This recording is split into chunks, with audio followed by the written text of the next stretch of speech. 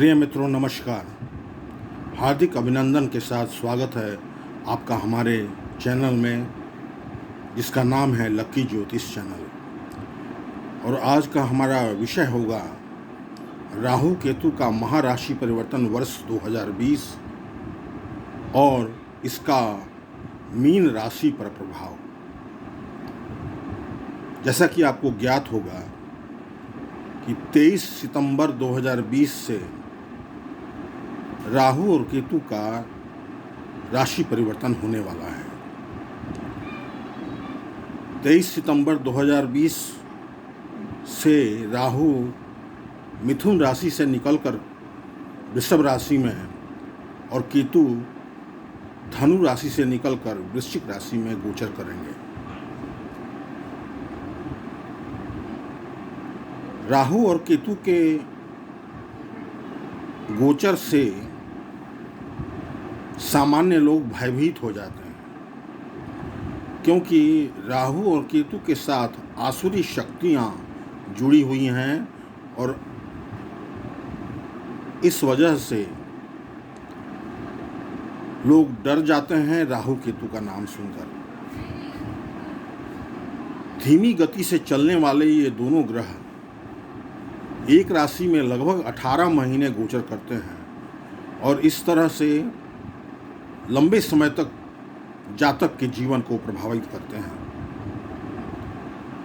दोस्तों, राहु केतु छाया ग्रह हैं और सदैव उल्टा चलते हैं, वक्री चलते हैं। इनका कोई वास्तविक अस्तित्व नहीं होता। अन्य 7 ग्रहों की भांति ये जिस राशि में होते हैं या जिस ग्रह के साथ बैठे होते हैं या जिस ग्रह से दृष्ट होते हैं, उस ग्रह राशि के अनुसार ये काम करते हैं और इसके अलावे इनकी कुछ अपनी विशेषताएं भी हैं। राहु और केतु की सबसे बड़ी विशेषता है सडन रिजल्ट्स देना। आकस्मिक रिजल्ट्स देते हैं। जीवन में लाख समृद्धि आ जाए राहु और केतु के वजह से और जीवन में उत्कर्ष आ जाए, किंतु तनाव, मानसिक तनाव और भ्रम की स्थिति जरूर रहती है। दोस्तों, मीन राशि वालों के संदर्भ में हम बात करें तो राहु चतुर्थ भाव में चल रहे थे और केतु दशम भाव में। लंबे समय से लगभग 18 महीने से राहु के कारण माता को कष्ट, मित्रजनों से अनबन, वाहन मकान आदि को लेकर विवाद की स्थिति, तनाव की स्थिति बन रही थी। साथ ही पारिवारिक जीवन में क्लेश और कलह की स्थिति का सामना करना पड़ रहा था। केतु के कारण जो लोग जॉब में हैं, नौकरी में हैं, उनको स्थानांतरण का योग बन रहा था। आकस्मिक स्थान परिवर्तन का योग बन रहा था और साथ ही जिन लोगों के अस्थायी कुंडली में केतु की स्थिति अच्छी है, उनकी तरक्की भी देखी गई होगी।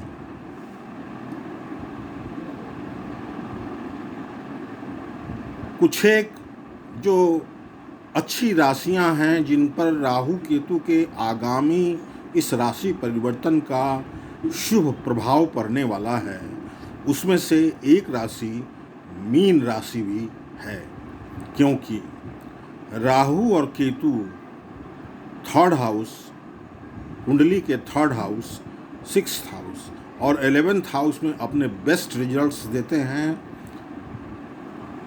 तो राहु का गोचर 3rd हाउस में होगा और केतु का गोचर 9th हाउस में होगा। राहु के कारण अदम्य साहस, पराक्रम का योग बनेगा। जातक के अंदर कड़े परिश्रम की क्षमता आएगी, सहनशीलता आएगी, शत्रु पराभव की स्थिति बनेगी किसी तरह का कोई केस मुकदमा चल रहा है तो उसमें विजय हासिल होने का योग बनता है। छोटे भाई बहनों की शक्ति प्राप्त होगी और व्यक्तित्व शानदार होगा। राहु की पंचम दृष्टि सप्तम भाव पर होगी। सप्तम भाव वैवाहिक जीवन, दाम्पत्य जीवन से संबंध रखता है, तो वैवाहिक जीवन, दाम्पत्य जीवन में कुछ कटुता और क्लेश के साथ मधुर स्थिति बनेगी। डेली के इनकम में बढ़ोतरी होगी और नया रोजगार का मार्ग खुलेगा। जो लोग लंबे समय से रोजगार के लिए प्रयासरत हैं, मीन राशि के जातक, और उनको रोजगार नहीं मिल रहा है, तो राहु और केतु का यह गोचर 18 महीने का अगला जो समय होगा वह रोजगार प्राप्ति के मामले में बहुत पॉजिटिव रिजल्ट्स लेकर आएगा। राहु की सप्तम दृष्टि 9th हाउस पर होगी तो भाग्य का साथ मिलेगा और अचानक से भाग्य पलटा खा सकता है। रातों रात व्यक्ति मालामाल हो सकता है। पिता से संबंधों में कुछ कड़वाहट आ सकती है, किंतु केतु के 9th हाउस में गोचर से आध्यात्मिक शक्ति, ज्योतिष, तंत्र मंत्र के तरफ झुकाव बढ़ेगा और धर्म के प्रति भी आस्था बढ़ेगी। राहु की 9वीं दृष्टि 11th हाउस पर पड़ेगी तो विभिन्न स्रोतों से आय का आगम होने का योग बनता है। बड़े भाई बहनों का सहयोग प्राप्त होने का योग बनता है। लॉटरी सट्टेबाजी में सफलता का योग बनता है। अकस्मात किसी संपत्ति अथवा धन लाभ की स्थिति बनती है। केतु के 9th हाउस में होने से मोक्ष, चूँकि केतु मोक्ष की कारक ग्रह हैं और धर्म के प्रति गहरी आस्था प्रदान करते हैं, तो धर्म में गहरी अभिरुचि होगी। वैसे भी मीन राशि के स्वामी गुरुदेव बृहस्पति हैं, इसलिए मीन राशि के जातक स्वभाव से ही धार्मिक, कल्पनाशील और अध्यात्म ज्योतिष के प्रति रुचि रखने वाले होते हैं। केतु की पंचम दृष्टि लग्न पर होगी मीन राशि पर, तो बृहस्पति के शुभ प्रभाव के कारण आत्मबल में वृद्धि होगी, आत्मविश्वास में वृद्धि होगी, मान सम्मान की प्राप्ति होगी।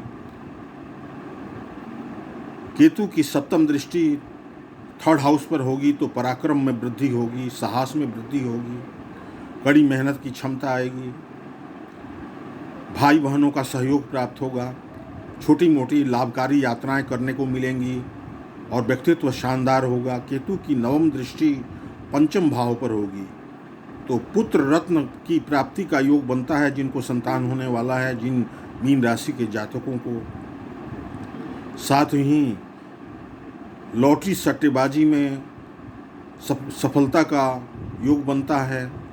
आकस्मिक रूप से धन प्राप्ति का योग बनता है।